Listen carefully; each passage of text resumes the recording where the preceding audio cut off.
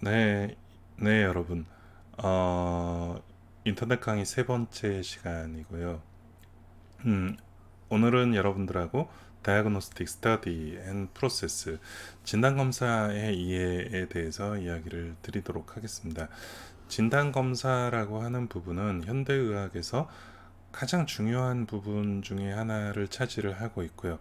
병원에 가거나 응급실에 가면은 뭐 피 검사를 하죠. 혈액 검사도 하고 엑스레이도 찍고 이런 모든 것들이 이제 진단 검사에 속하게 되는데, 이 진단 검사라고 하는 부분을 여러분들이 기본적으로 이해를 해야만 현대의학의 어떤 흐름 그리고 환자 진료의 프로세스를 이해를 할 수가 있을 거라고 생각합니다. 오늘 시간에는 이제 여러분들하고 진단검사라고 하는 게 어떤 의미를 가지고 있고, 또 우리가 진단검사 중에서 어떤 부분들을 알고 있어야 하는지에 대해서 이야기를 나눠보도록 하겠습니다.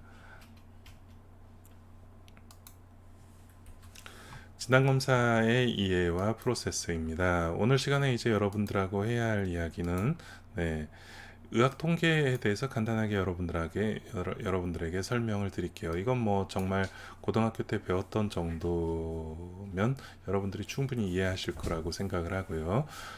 환자 진단을 위한 체액 검사 그리고 진단 검사가 어떤 식으로 진행이 되는지, 그리고 진단 검사의 어떤 종류와 특징, 특수 검사, 그리고 응급실에서 이제 많이 응급실과 구급차에서 할 수 있는 현장 검사 POCT에 대해서 이야기를 나눠보도록 하겠습니다. 환자 진료의 프로세스는요, 환자가 이제 어떤 불편함을 가지고 있어요. 증상을 가지고 있죠. 뭐 배가 아파요, 머리가 아파요, 뭐 눈이 안 보여요, 뭐 팔이 안 움직여요, 뭐 아파요, 부었어요. 어떤 증상을 가지고, 네, 우리가 진찰을 하게 됩니다. 진찰이라고 하는 건 시진, 청진, 촉진, 타진, 이 모든 것들을 우리가 진찰이라고 하죠. 그래서 이 진찰을 통해서 우리가 무엇인가, 네, 이런 것이 아닐까라고 의심을 하게 됩니다. 그럼 이 의심을 확인할 수 있는 방법이 무엇입니까? 바로 이 검사가 되겠습니다. 우리가 이제 검사를 통해서 우리가 진찰을 통해 생각했던 환자는 이런 병이 있구나, 이런 상황이 있구나라는 것을 확인하는 단계, 이것이 바로 이제 검사가 되겠죠. 그럼 검사 결과가 나오면 진단이 되고요. 진단을 통해서 어떤 치료를 해야 할지를 결정을 하게 된다. 이것이 이제 환자 진료의 가장 기본적인 프로세스가 되겠습니다. 자, 한번 생각해 볼게요. 평소 건강하던 50세 남자. 네, 이 매우 중요한 이야기입니다. 특별히 어디 아프지 않았었어요. 50세 남자고요. 2일 전부터 갑자기 피로. 네, 뭐 무리하면 피로할 수 있죠. 무기력감, 발열, 뭔가 염증이 있는 모양이네요. 상복부에 불편감, 응급실에 방문하였다. 특징적으로 전일부터 소변이 약간 진한 색으로 나왔다고 한다. 눈에 흰자가, 네, 이렇게 노랗게, 이것이 무엇이죠? 자운디스죠. 황달, 노랗게 보였다. 자, 우리는 이러한 상황을 가지고 무엇을 의심합니까? 네, 헤파타이티스를 의심을 해봐야 되겠죠. 헤파타이티스는 간염입니다. 간염 중에서도 A형, B형, C형, 뭐 D형, E형까지 있지만, 이 사람 같은 경우에는 건강했고 갑자기 생겼다라는 점으로 봐서는 B보다는 A일 가능성이 훨씬 더 높아 보이기는 합니다. 그러면 이 검사를 위해서, 네, 어떠한 검사들을 해야 될까요? 네, 혈액 검사 해야 되겠죠. 혈액 검사가 간염 항체 검사, 항원과 항체 검사를 포함한 혈액 검사를 해야 되겠죠. 그러나 이게 간염 같아 보인다고 해서 간염 말고 다른 병들도 비슷한 증상이 있을 수가 있겠죠. 그렇기 때문에 여러 가지 혈액 검사와 엑스레이, 필요하다면 초음파와 CT, 그리고 소변 검사, 그리고 배양 검사까지도 우리가 필요한 상황이라고 생각이 됩니다. 그럼 결국은 이제 어떤 검사들이 필요한가는 환자의 상태와 진찰을 통해서 우리가 판단을 하는 것이다. 네. 자, 그러면 앞에 환자를 응급실 검사로 확진할 수 있을까요? 네. 반반이라고 생각합니다. 물론 검사를 해서 급성 간염이라고 하면 간 수치인 리버 펑션 테스트, 뭐 AST, ALT, 빌리루빈 이런 것들이 증가를 해 있겠죠. 아, 그렇다면 간염이겠구나라고 생각을 해볼 수는 있지만 확진을 할 수는 없을 것이라고 봅니다. 감별해야 할 질환들 네, 한 5천 개쯤 되리라고 생각합니다. 발열 환자에 있어서 이런 검사들이 모두 필요할까? 네, 모두 필요할 것으로 보입니다. 왜냐하면은 이제 열이 난다고 했을 때 단순히 감기일 수도 있지만 여러 가지 다른 감염일 수도 있기 때문에 그렇지요. 검사 결과가 치료 결정에 차이를 가져오는가? 이게 이제 제일 중요한 부분이에요. 모든 검사를 다 응급실에서 하면 좋겠죠. 빠르고.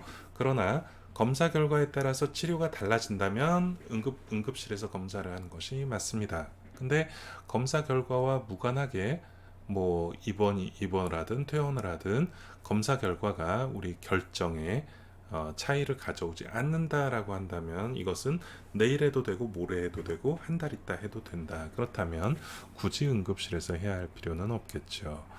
또한 모든 검사들이 한 번만으로 의미가 있는 검사들이 있습니다. 예를 들어서 양성, 음성 뭐 이런 것들은 굳이 두 번, 세 번 해보지 않아도 한 번만 해도 되겠죠. 근데 수치가 뭐 높다, 낮다 이것은 높았다가 떨어질 수도 있고요. 낮았다가 올라갈 수도 있기 때문에 이것은 한 번만 해도 되는 검사가 아니라 네, 시간 간격을 두고 지속적으로 반복해야 하는 검사들이 되겠습니다.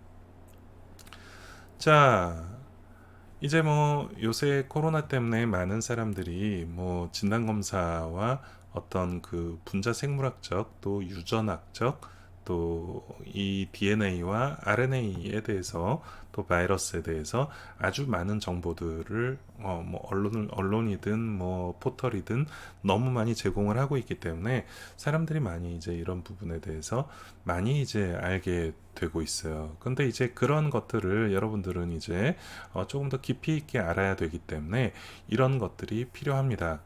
자, 뭐 여러분들의 선배들 중에서 바이오 벤처 회사에 일하고 있는 사람들도 많이 있어요. 바이오 회사에서 폐렴의 초기 진단에 특수한 검사를 개발했대요. 뭐 대박 나겠네요. 상장하면은 주식 사놓으면은 큰 돈이 되겠습니다. 임상 시험 결과 아래와 같은 결과가 보고되었대요. 네, 질환이 있는 군 폐렴에서 검사 양성 이게 이제 제일 좋은 거죠. 질환이 있는데 양성이 나왔으니까 이게 이제 100명 중에 90명이니까 거의 90% 가까이 검사 양성이 나왔습니다. 근데 10명은 질환이 있음에도 불구하고 검사가 음성이 나왔네요. 이것은 트루 네가티브가 아니라 폴스 네가티브가 되겠네요. 자, 질환이 없는 군은 음성이 나와야 되겠죠. 네, 거의 대부분은 음성이 나왔지만 질환이 없음에도 불구하고 양성이 나온 사람이 있습니다. 자, 그렇다면 민감도는 센시티비티라고 얘기를 하고요. 특이도는 스페시피시티라고 이야기를 합니다. 그럼 민감도와 특이도를 어떻게 계산하고 이것을 과연 어떤 식으로 해석을 해야 될까요? 여러분들 이거 고등학교 때 배웠나요? 네. 이 배웠든 안 배웠든 간에 여러분들이 어떤 언론 보도나 TV 뉴스를 볼 때 어떤 검사가 나왔다. 뭐 요새 코로나가 난리니까 코로나 검사의 민감도가 90%, 특이도가 뭐 90%, 100%다. 라고 한다면 이 검사를 우리가 어떻게 받아들여야 하는가 이런 것들을 오늘 시간에 여러분들하고 네, 이야기를 드리도록 하겠습니다. 자, 민감도와 특이도가 비슷한 개념이지만 조금은 달라요. 이것이 이제 흔한 질병이냐 아니면 아주 드문 질병이냐에 따라서 우리가 민감도를 높일 것이냐 특이도를 높일 것이냐를 결정을 합니다. 드문 질환의 경우도 그렇고요.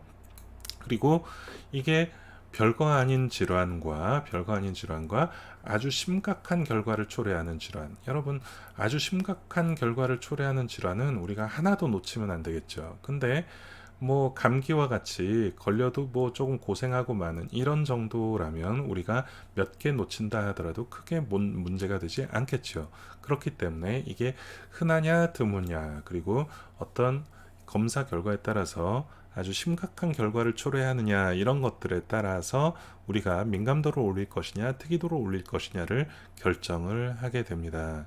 그럼 이제 민감도가 무조건 높으면 좋다라고 생각을 하지만 아주 높다고 해서 꼭 좋지만은 않다. 이거 이제 이따가 수업 시간에 들으면서 여러분들이 한번 생각해 보세요. 민감도가 낮은 검사를 선택했을 때 어떤 부작용이 생길 것인가. 그리고 우리가 흔히 사용하는 여러 가지 장비들의 민감도와 특이도는 얼마나 될 것인가. 이런 것들을 한 번쯤 생각을 해 볼 수 있는 시간을 가져보도록 하겠습니다. 네, 이제 이번 시간에는 여러분들에게 그래서 이 기본적인 통계와 여러 가지 의미들에 대해서 이야기를 드리도록 하겠습니다.